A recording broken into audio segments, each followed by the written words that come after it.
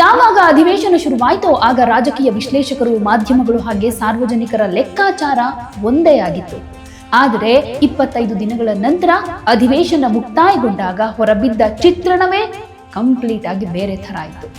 ಕೇಂದ್ರದ ಶಕ್ತಿಶಾಲಿ ಸಚಿವರೊಬ್ಬರು ರಾಜೀನಾಮೆ ಕೊಡೋ ಹಾಗೆ ಮಾಡಿ ಸರ್ಕಾರದ ಅತಿ ಪ್ರಮುಖ ವಿವಾದಿತ ಮಸೂದೆಗಳಿಗೆ ಬ್ರೇಕ್ ಹಾಕಿ ವಿರೋಧ ಪಕ್ಷಗಳು ಈ ಬಾರಿ ಅಭೂತಪೂರ್ವ ರಾಜಕೀಯ ಮೇಲುಗೈಯನ್ನ ಸಾಧಿಸಿರುವುದು ಸತ್ಯ. ಎನ್ಡಿಎ ಮೈತ್ರಿಕೂಟದ ಆಂತರಿಕ ಲೆಕ್ಕಾಚಾರ ಉಲ್ಟಾ ಆಗಿದ್ ಹೇಗೆ?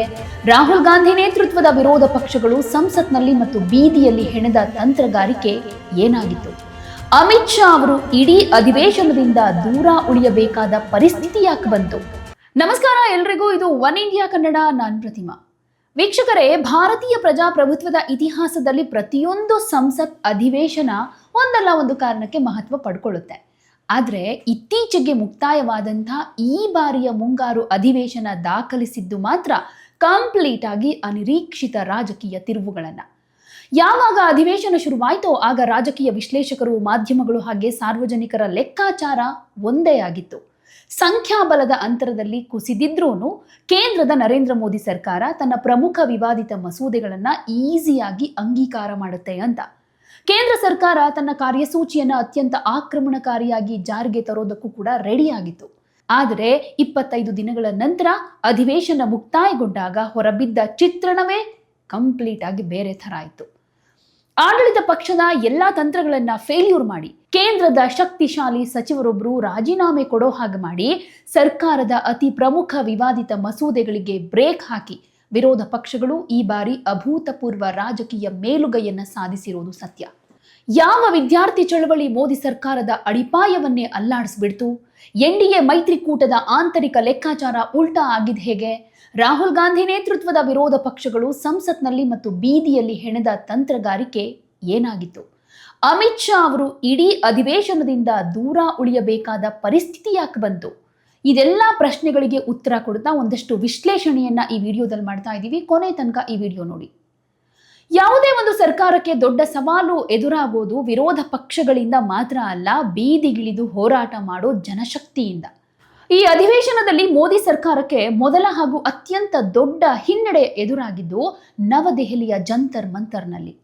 ಅಧಿವೇಶನ ಶುರುವಾಗೋದಕ್ಕೂ ಕೆಲವೇ ದಿನಗಳ ಮುಂಚೆ ದೇಶದ ಶಿಕ್ಷಣ ನೀತಿ, ಪರೀಕ್ಷಾ ಅಕ್ರಮಗಳು ಹಾಗೂ ಯುವ ಜನರ ಭವಿಷ್ಯಕ್ಕೆ ಸಂಬಂಧಪಟ್ಟ ಹಾಗೆ ಸಾವಿರಾರು ವಿದ್ಯಾರ್ಥಿಗಳು ಜಂತರ್ ಮಂತರ್ನಲ್ಲಿ ಜಮಾಯಿಸಿಬಿಟ್ರು. ಅಧಿವೇಶನದ ಮೊದಲ ದಿನವೇ ವಿದ್ಯಾರ್ಥಿ ಸಂಘಟನೆಗಳು ಚಲೋ ಸಂಸತ್ ಕರೆ ಕೊಟ್ಟವು. ಪ್ರಜಾಪ್ರಭುತ್ವದ ನಿಯಮಾವಳಿಗಳಂತೆ ಶಾಂತಿಯುತವಾಗಿ ಪ್ರತಿಭಟನೆ ನಡೆಸೋದು ಅವರ ಉದ್ದೇಶ ಆಗಿತ್ತು. ಆದರೆ ಕಲಾಪದ ಮೊದಲ ದಿನವೇ ದೆಹಲಿ ಪೊಲೀಸರು ಪ್ರತಿಭಟನಾ ನಿರತ ವಿದ್ಯಾರ್ಥಿಗಳ ಮೇಲೆ ನಡೆಸಿದಂತಹ ಬಲ ಪ್ರಯೋಗ ಇಡೀ ದೇಶವನ್ನೇ ಬೆಚ್ಚಿ ಬೀಳಿಸಿತು. ಶಸ್ತ್ರರಹಿತವಾಗಿ ನಿಂತಿದ್ದ ಯುವಕ ಯುವತಿಯರ ಮೇಲೆ ಲಾಠಿ ಚಾರ್ಜ್ ಮಾಡಲಾಯಿತು, ಅಶ್ರುವಾಯು ಪ್ರಯೋಗ ಮಾಡಲಾಯಿತು. ಹಾಗೆ ಅತ್ಯಂತ ಆತಂಕಕಾರಿ ವಿಷಯ ಅಂದ್ರೆ ಪೆಲೆಟ್ ಗನ್ಗಳನ್ನು ಕೂಡ ಬಳಸಲಾಯಿತು. ಈ ಘಟನೆ ನಡೀತಾ ಇದ್ದ ಹಾಗೆ ಸರ್ಕಾರದ ವಿರುದ್ಧ ಸಾರ್ವಜನಿಕ ವಲಯದಲ್ಲಿ ತೀವ್ರ ಆಕ್ರೋಶದ ಅಲೆ ಏಳ್ತು.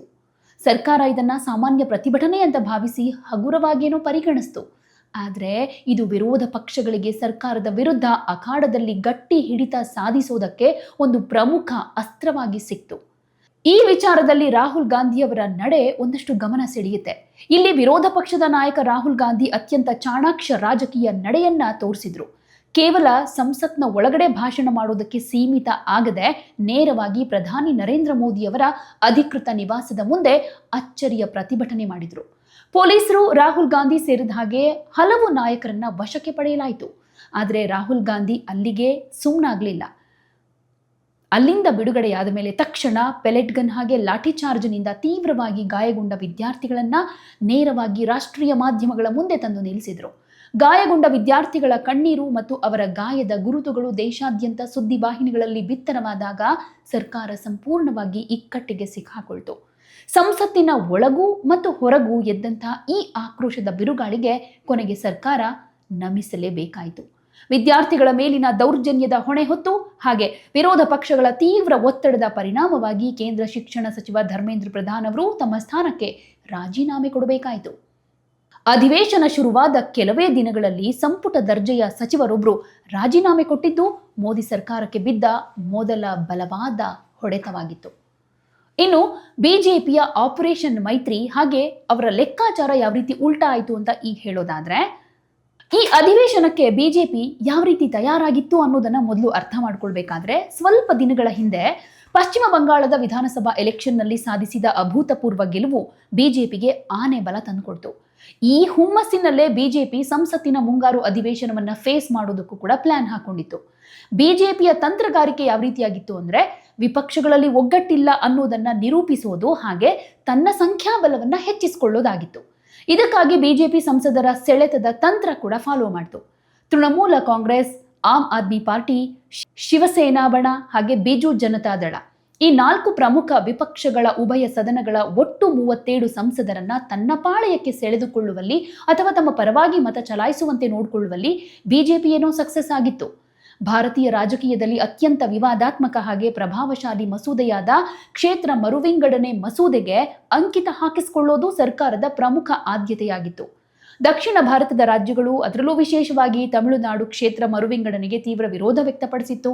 ತಮಿಳುನಾಡಿನಲ್ಲಿ ಇತ್ತೀಚೆಗೆ ನಡೆದ ಚುನಾವಣೆಯ ನಂತರ ನಟ ವಿಜಯ್ ಅವರ ಟಿವಿಕೆ ಪಕ್ಷಕ್ಕೆ ಕಾಂಗ್ರೆಸ್ ಬೆಂಬಲ ಕೊಟ್ಟಿದ್ದರಿಂದ ತಮಿಳುನಾಡಿನ ಆಡಳಿತಾರೂಢ ಡಿಎಂಕೆ ಕಾಂಗ್ರೆಸ್ ವಿರುದ್ಧ ಮುನಿಸಿಕೊಂಡಿತ್ತು. ಕಾಂಗ್ರೆಸ್ ಹಾಗೆ ಡಿಎಂಕೆ ನಡುವೆ ಅಂತರ ಹೆಚ್ಚಾಗಿದ್ದನ್ನ ನೋಡಿದ ಬಿಜೆಪಿ ಡಿಎಂಕೆಯ ಬೆಂಬಲದೊಂದಿಗೆ ಕ್ಷೇತ್ರ ಮರುವಿಂಗಡಣೆ ಮಸೂದೆಯನ್ನ ಈಸಿಯಾಗಿ ಪಾಸ್ ಮಾಡಿಕೊಳ್ಳಬಹುದು ಅಂತ ಲೆಕ್ಕಾಚಾರ ಹಾಕೊಂಡಿತ್ತು. ಆದರೆ ಬಿಜೆಪಿ ಹೆಣೆದ ಈ ಬಲೆಯನ್ನ ವಿರೋಧ ಪಕ್ಷಗಳು ಅತ್ಯಂತ ಚಾಣಾಕ್ಷತನದಿಂದ ಹರಿದು ಹಾಕಿದ್ವು. ಜಂತರ್ ಮಂತರ್ ಘಟನೆಯ ನಂತರ ಬದಲಾದ ರಾಜಕೀಯ ವಾತಾವರಣವನ್ನ ವಿಪಕ್ಷಗಳು ಸರಿಯಾಗಿ ಯುಟಿಲೈಸ್ ಮಾಡಿಕೊಂಡ್ವು. ಕಾಂಗ್ರೆಸ್ ನಾಯಕತ್ವ ತಕ್ಷಣವೇ ಡಿಎಂಕೆ ನಾಯಕರ ಜೊತೆ ತೆರೆಮರೆಯ ಮಾತುಕತೆ ನಡೆಸಿತು. ದಕ್ಷಿಣ ಭಾರತಕ್ಕೆ ಕ್ಷೇತ್ರ ಮರುವಿಂಗಡಣೆಯಿಂದಾಗೋ ಅನ್ಯಾಯವನ್ನ ಹಾಗೆ ಪ್ರಸ್ತುತ ವಿದ್ಯಾರ್ಥಿ ಹೋರಾಟದ ಪ್ರಾಮುಖ್ಯತೆಯನ್ನ ಡಿಎಂಕೆಗೆ ಮನವರಿಕೆ ಮಾಡಿಕೊಡ್ಲಾಯಿತು. ಪರಿಣಾಮ, ಕೊನೆ ಕ್ಷಣದಲ್ಲಿ ಡಿಎಂಕೆ ಕ್ಷೇತ್ರ ಮರುವಿಂಗಡಣೆ ಮಸೂದೆಗೆ ಯಾವುದೇ ಕಾರಣಕ್ಕೂ ಬೆಂಬಲ ಕೊಡೋದಿಲ್ಲ ಅಂತ ಸ್ಪಷ್ಟಪಡಿಸಿತು. ಇದರಿಂದಾಗಿ 37 ಸಂಸದರನ್ನ ಸೆಳೆದಿದ್ರೂ ಕೂಡ ಅತ್ಯಂತ ಪ್ರಮುಖವಾದ ಮಸೂದೆಯನ್ನ ಮಂಡಿಸೋದಕ್ಕೆ ಬಿಜೆಪಿಗೆ ಸಂಖ್ಯಾಬಲದ ಕೊರತೆ ಎದುರಾಯಿತು. ಬಿಜೆಪಿಯ ಮಾಸ್ಟರ್ ಪ್ಲಾನ್ ಕಂಪ್ಲೀಟ್ ಆಗಿ ಫ್ಲಾಪ್ ಆಯಿತು. ನರೇಂದ್ರ ಮೋದಿ ಸರ್ಕಾರದ ಯಾವುದೇ ಪ್ರಮುಖ ಕಾರ್ಯತಂತ್ರದ ನೇತೃತ್ವ ವಹಿಸೋದು ಕೇಂದ್ರ ಗೃಹ ಸಚಿವ ಅಮಿತ್ ಶಾ. ಸಂಸತ್ತಿನಲ್ಲಿ ವಿಪಕ್ಷಗಳ ದಾಳಿಯನ್ನ ಎದುರಿಸೋದಕ್ಕೆ ಹಾಗೆ ಮಸೂದೆಗಳನ್ನ ಅಂಗೀಕಾರ ಮಾಡೋದಕ್ಕೆ ಅಮಿತ್ ಶಾ ಯಾವಾಗಲೂ ಮುಂಚೂಣಿಯಲ್ಲಿರ್ತಾ ಇದ್ರು. ಹಿಂದಿನ ಬಜೆಟ್ ಅಧಿವೇಶನವನ್ನೇ ತೆಗೆದುಕೊಂಡು ನೋಡಿ. ರಾಷ್ಟ್ರಪತಿಗಳ ಭಾಷಣಕ್ಕೆ ವಂದನಾ ನಿರ್ಣಯದ ಮೇಲಿನ ಚರ್ಚೆಯಾಗ್ಲಿ, ನಕ್ಸಲ್ ಸವಾಲುಗಳ ಕುರಿತಾದ ಸಂವಾದ ಆಗಿರಲಿ, ಅಥವಾ ಸ್ಪೀಕರ್ ಓಂ ಬಿರ್ಲಾ ಅವರ ವಿರುದ್ಧ ವಿಪಕ್ಷಗಳು ಮಂಡಿಸಿದ್ದ ಅವಿಶ್ವಾಸ ನಿರ್ಣಯದ ವೇಳೆ ವಿಪಕ್ಷಗಳನ್ನ ಛಿದ್ರಗೊಳಿಸಿದ್ದು ಇದೇ ಅಮಿತ್ ಶಾ ಅವರು. ಏಪ್ರಿಲ್ನಲ್ಲಿ ಕ್ಷೇತ್ರ ಮರುವಿಂಗಡಣೆಗೆ ಸಂಬಂಧಪಟ್ಟ ಸಂವಿಧಾನ ತಿದ್ದುಪಡಿ ಮಸೂದೆಯನ್ನ ಪಾಸ್ ಮಾಡೋದಕ್ಕೆ ಸರ್ಕಾರ ನಡೆಸಿದ ಪ್ರಯತ್ನದ ನೇತೃತ್ವವನ್ನು ಕೂಡ ಅಮಿತ್ ಶಾ ಅವರೇ ವಹಿಸಿಕೊಂಡಿದ್ರು. ಆದರೆ ಈ ಮುಂಗಾರು ಅಧಿವೇಶನದಲ್ಲಿ ಕಂಡು ಬಂದಿದ್ದು ತದ್ವಿರುದ್ಧ ಚಿತ್ರಣ. ಸದನದಿಂದ ದೂರನೇ ಉಳ್ಕೊಂಡ್ಬಿಟ್ರು ಗೃಹ ಸಚಿವರು. ಹೌದು, ಜಂತರ್ ಮಂತರ್ನಲ್ಲಿ ವಿದ್ಯಾರ್ಥಿಗಳ ಮೇಲೆ ನಡೆದಂತಹ ಲಾಠಿ ಚಾರ್ಜ್ ಹಾಗೆ ಪೆಲೆಟ್ ಗನ್ ಪ್ರಯೋಗ ದೆಹಲಿ ಪೊಲೀಸರ ವ್ಯಾಪ್ತಿಗೆ ಬರುತ್ತೆ. ದೆಹಲಿ ಪೊಲೀಸ್ ಇಲಾಖೆ ನೇರವಾಗಿ ಕೇಂದ್ರ ಗೃಹ ಸಚಿವಾಲಯದ ಅಡಿಯಲ್ಲಿ ಬರುತ್ತೆ. ಹೀಗಾಗಿ ಗೃಹ ಸಚಿವ ಅಮಿತ್ ಶಾ ಅವರು ಈ ಬಲಪ್ರಯೋಗದ ಬಗ್ಗೆ ಸದನಕ್ಕೆ ಬಂದು ಉತ್ತರ ಕೊಡಲೇಬೇಕು ಅಂತ ವಿರೋಧ ಪಕ್ಷಗಳು ನಿರಂತರವಾಗಿ ಪಟ್ಟು ಹಿಡಿದು ಕೂತ್ವು. ಪ್ರತಿಯೊಂದು ದಿನವೂ ಕಲಾಪ ಶುರುವಾಗ್ತಾ ಇದ್ದ ಹಾಗೆ ವಿಪಕ್ಷಗಳು ಅಮಿತ್ ಶಾ ಅವರ ರಾಜೀನಾಮೆ ಮತ್ತು ಸ್ಪಷ್ಟನೆಗೆ ಆಗ್ರಹಿಸಿ ಗದ್ದಲ ಉಂಟು ಮಾಡಿದ್ವು. ಈ ತೀವ್ರ ಪ್ರತಿಭಟನೆ ಎಷ್ಟಿತ್ತು ಅಂತಂದ್ರೆ, ಗೃಹ ಸಚಿವ ಅಮಿತ್ ಶಾ ಅವರು ಇಡೀ ಅಧಿವೇಶನದುದ್ದಕ್ಕೂ ಸದನಕ್ಕೆ ಬಾರದೆ ದೂರಾನೇ ಉಳ್ಕೊಳ್ಬೇಕಾಯಿತು. ಇನ್ನು ಅಧಿವೇಶನದ ಕೊನೆಯ ದಿನವಾದ ಗುರುವಾರ ಕೇವಲ ಕೆಲವು ಕ್ಷಣಗಳ ಕಾಲ ಅವರು ಲೋಕಸಭೆಯಲ್ಲಿ ಕಾಣಿಸ್ಕೊಂಡ್ರು. ಅಧಿವೇಶನ ಮುಕ್ತಾಯಕ್ಕೆ ಕೇವಲ 1 ದಿನ ಬಾಕಿ ಇರುವಾಗ ಎದುರಾಗಿದ್ದ ಈ ರಾಜಕೀಯ ಇಕ್ಕಟ್ಟನ್ನು ಬಗೆಹರಿಸೋದಕ್ಕೆ ಅಮಿತ್ ಶಾ ಅವರು ಟ್ರೈ ಮಾಡಿದ್ರೂ ಅಷ್ಟರಲ್ಲಾಗಲೇ ಕಾಲ ಮಿಂಚ್ ಹೋಗಿತ್ತು. ಚಹಾ ಕೂಟವನ್ನು ಕೂಡ ಬಹಿಷ್ಕಾರ ಮಾಡಿದ್ವು ವಿಪಕ್ಷಗಳು. ಈ ಸರ್ಕಾರ ಹಾಗೆ ವಿರೋಧ ಪಕ್ಷಗಳ ನಡುವಿನ ಸಂಬಂಧ ಎಷ್ಟು ಕೆಟ್ಟು ಹೋಗಿತ್ತು ಅಂದ್ರೆ, ಅಧಿವೇಶನದ ಅಂತ್ಯದಲ್ಲಿ ಸ್ಪೀಕರ್ ಆಯೋಜನೆ ಮಾಡೋ ಸಾಂಪ್ರದಾಯಿಕ ಚಹಾ ಕೂಟದಲ್ಲೂ ಕೂಡ ವಿಪಕ್ಷಗಳು ಭಾಗಿಯಾಗಲಿಲ್ಲ. ವಿದ್ಯಾರ್ಥಿಗಳ ಪ್ರತಿಭಟನೆ ಬಗ್ಗೆ ಇಲ್ಲಿ ತನಕ ಮಾತನಾಡಿದ ಅಮಿತ್ ಶಾ ಅವರು ಈ ಚಹಾ ಕೂಟಕ್ಕೆ ಬಂದ್ರೆ ನಾವು ಯಾವುದೇ ಕಾರಣಕ್ಕೂ ಭಾಗಿಯಾಗೋದಿಲ್ಲ ಅಂತ ಕಾಂಗ್ರೆಸ್ ಅಧಿಕೃತವಾಗಿ ಹೇಳ್ಕೊಳ್ತು. ಇದು ಮೋದಿ ಸರ್ಕಾರದ ರಾಜಕೀಯ ತಂತ್ರಗಾರಿಕೆಗೆ ಬಿದ್ದ ದೊಡ್ಡ ಹೊಡೆತವಾಗಿತ್ತು. ಸಂಸತ್ತಿನ ಅಧಿವೇಶನದ ಗೆಲುವು ಸೋಲನ್ನ ಅಳೆಯೋದು ಸರ್ಕಾರ ಎಷ್ಟು ಮಸೂದೆಗಳನ್ನ ಅಂಗೀಕಾರ ಮಾಡ್ತು ಹಾಗೆ ವಿಪಕ್ಷಗಳು ಎಷ್ಟು ಮಸೂದೆಗಳನ್ನ ತಡೆದ್ವು ಅನ್ನೋದ್ರ ಮೇಲೆ. ಈ ಅಧಿವೇಶನದಲ್ಲಿ ಮೋದಿ ಸರ್ಕಾರ ಅತ್ಯಂತ ಪ್ರಮುಖ 5 ಕಾರ್ಯಸೂಚಿಗಳಿಗೆ ಬ್ರೇಕ್ ಹಾಕಿಸ್ಕೊಳ್ತು.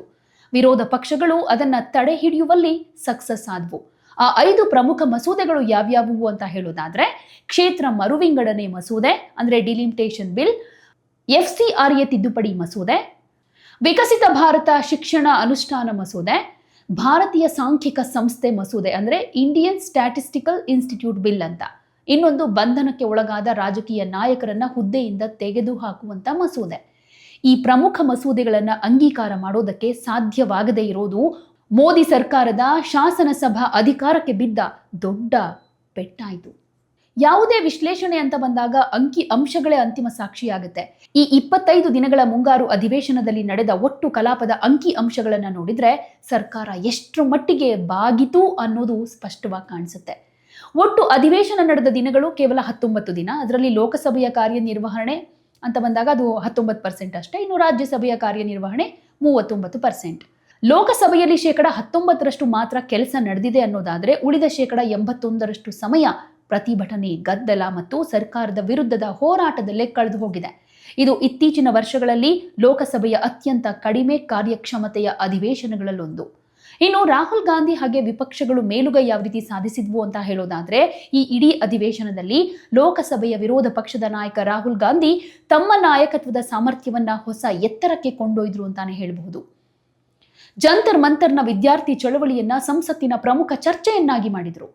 ಪ್ರಧಾನಿ ನಿವಾಸದ ಮುಂದೆ ಪ್ರತಿಭಟನೆ ಮಾಡಿ ಗಾಯಗೊಂಡ ವಿದ್ಯಾರ್ಥಿಗಳನ್ನ ಮಾಧ್ಯಮಗಳ ಮುಂದೆ ಕರೆತಂದ್ರು. DMK ಮುನಿಸಿಕೊಂಡಿದ್ರೂ ರಾಜಕೀಯ ತಂತ್ರಗಾರಿಕೆ ಬಳಸಿ ಅವರನ್ನ ಸರ್ಕಾರದ ಪರ ಮತ ಚಲಾಯಿಸದ ಹಾಗೆ ತಡೆದ್ರು. ಇನ್ನು ಸರ್ಕಾರದ ಮೇಲಿನ ಒತ್ತಡವನ್ನ ಜಾಸ್ತಿ ಮಾಡಿ ಧರ್ಮೇಂದ್ರ ಪ್ರಧಾನ್ ರಾಜೀನಾಮೆ ಕೊಡೋ ಹಾಗೆ ಮಾಡಿದ್ರು. ಈ ಎಲ್ಲ ಅಂಶಗಳು ರಾಹುಲ್ ಗಾಂಧಿ ಅವರಿಗೆ ರಾಜಕೀಯವಾಗಿ ಭಾರಿ ಮೈಲೇಜ್ ಅನ್ನು ತಂದುಕೊಟ್ಟಿರೋದು ಸತ್ಯ. ಸಂಸತ್ತಿನ ಈ ಬಾರಿಯ ಮುಂಗಾರು ಅಧಿವೇಶನ ಭಾರತೀಯ ರಾಜಕೀಯಕ್ಕೆ ಒಂದು ಸ್ಪಷ್ಟ ಸಂದೇಶವನ್ನ ಕೊಟ್ಟಿದೆ. ಸಂಖ್ಯಾಬಲ ಎಷ್ಟೇ ದೊಡ್ಡದಾಗಿದ್ರೂ ಜನಾಭಿಪ್ರಾಯ ಮತ್ತು ಬೀದಿ ಹೋರಾಟದ ಬೆಂಬಲ ಸಿಕ್ಕಾಗ ವಿರೋಧ ಪಕ್ಷಗಳು ಎಂತಹ ಶಕ್ತಿಶಾಲಿ ಸರ್ಕಾರವನ್ನಾದರೂ ಇಕ್ಕಟ್ಟಿಗೆ ಸಿಕ್ಕಾಕಿಸಬಹುದು ಅನ್ನೋದಕ್ಕೆ ಈ ಅಧಿವೇಶನ ಸಾಕ್ಷಿಯಾಗಿದೆ. ಪಶ್ಚಿಮ ಬಂಗಾಳದ ಗೆಲುವು, 37 ಸಂಸದರ ಬೆಂಬಲ ಇವೆಲ್ಲ ಇದ್ರೂ ಕೂಡ ವಿದ್ಯಾರ್ಥಿಗಳ ಮೇಲಿನ ದೌರ್ಜನ್ಯ ಮತ್ತು ವಿಪಕ್ಷಗಳ ಒಗ್ಗಟ್ಟಿನ ತಂತ್ರಗಾರಿಕೆ ಮುಂದೆ ಮೋದಿ ಸರ್ಕಾರ ತನ್ನ ಪ್ರಮುಖ ವಿವಾದಿತ ಮಸೂದೆಗಳನ್ನ ಕೈಬಿಡಬೇಕಾಯಿತು. ಸಚಿವರೊಬ್ಬರು ರಾಜೀನಾಮೆಯನ್ನು ಕೂಡ ಕೊಡಬೇಕಾಯಿತು. ಗೃಹ ಸಚಿವರೇ ಸದನದಿಂದ ದೂರ ಉಳಿಯೋ ವಾತಾವರಣ ನಿರ್ಮಾಣವಾಯಿತು. ಮುಂದಿನ ದಿನಗಳಲ್ಲಿ ಬರುವಂತಹ ವಿಧಾನಸಭಾ ಚುನಾವಣೆಗಳು ಹಾಗೆ ದೇಶದ ರಾಜಕೀಯ ಸಮೀಕರಣಗಳಿಗೆ ಈ ಮುಂಗಾರು ಅಧಿವೇಶನದ ಫಲಿತಾಂಶ ದೊಡ್ಡ ದಿಕ್ಸೂಚಿಯಾಗುತ್ತೆ. ರಾಹುಲ್ ಗಾಂಧಿ ನೇತೃತ್ವದ ವಿಪಕ್ಷಗಳು ಗಳಿಸಿದ ಈ ಮಾನಸಿಕ ಹಾಗೆ ರಾಜಕೀಯ ಮೇಲುಗೈ ಮುಂಬರುವ ದಿನಗಳಲ್ಲಿ ಯಾವ ರೀತಿ ಮುಂದುವರಿಯುತ್ತೆ? ಮೋದಿ ಸರ್ಕಾರ ಈ ಹಿನ್ನಡೆಯಿಂದ ಪಾಠ ಕಲಿತು ತನ್ನ ತಂತ್ರಗಳನ್ನ ಯಾವ ರೀತಿ ಚೇಂಜ್ ಮಾಡಿಕೊಳ್ಳುತ್ತೆ ಅನ್ನೋದನ್ನ ಕಾದು ನೋಡಬೇಕಾಗಿದೆ. ಯಾವುದೇ ಸುದ್ದಿಯ ಅಪ್ಡೇಟ್ ಅನ್ನ ಮಿಸ್ ಮಾಡ್ಕೊಳ್ಬಾರ್ದು ಅಂದ್ರೆ ಈಗ್ಲೇ ಒನ್ ಇಂಡಿಯಾವನ್ನ ಸಬ್ಸ್ಕ್ರೈಬ್ ಮಾಡಿ. ನಿಮಗೆ ಬೇಕಾದ ಭಾಷೆಯಲ್ಲಿ ಎಲ್ಲಾ ಸುದ್ದಿ ತಿಳಿಬೇಕು ಅಂದ್ರೆ ಒನ್ ಇಂಡಿಯಾ ಆಪ್ ಅನ್ನ ಡೌನ್ಲೋಡ್ ಮಾಡ್ಕೊಳ್ಳಿ.